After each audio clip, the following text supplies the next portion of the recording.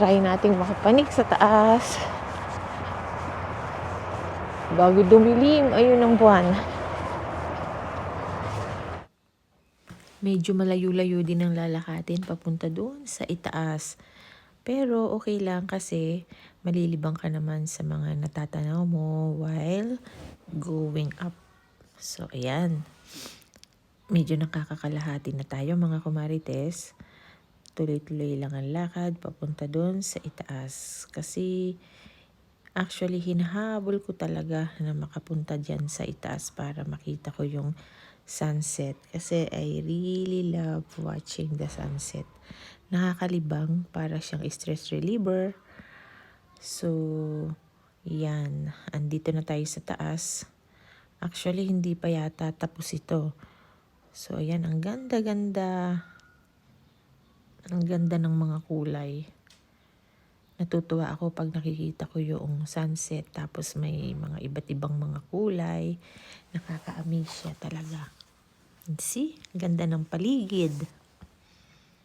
Kumbaga parang nawala yung pagod ko papanik din sa itaas. Actually, meron pang mas mataas na pwedeng puntahan dito sa Hail. Pero later on na yan. Sa mga susunod na araw na lang yon. So for now, dito lang tayo sa taas ng... dito lang din yan sa park na palagi naming pinupuntahan. So ayan. Andun pa rin hanggang ngayon yung dome na inilagay nila or itinayo nila para sa founding day last Thursday.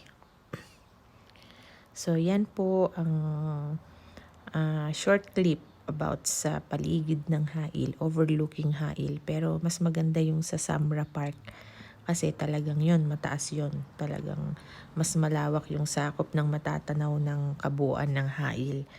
Ito, just a part of Hail. Yan. Actually, itong other side ng park na to, medyo hindi pa siya tapos. So, makikita nyo, medyo lupa pa lang siya.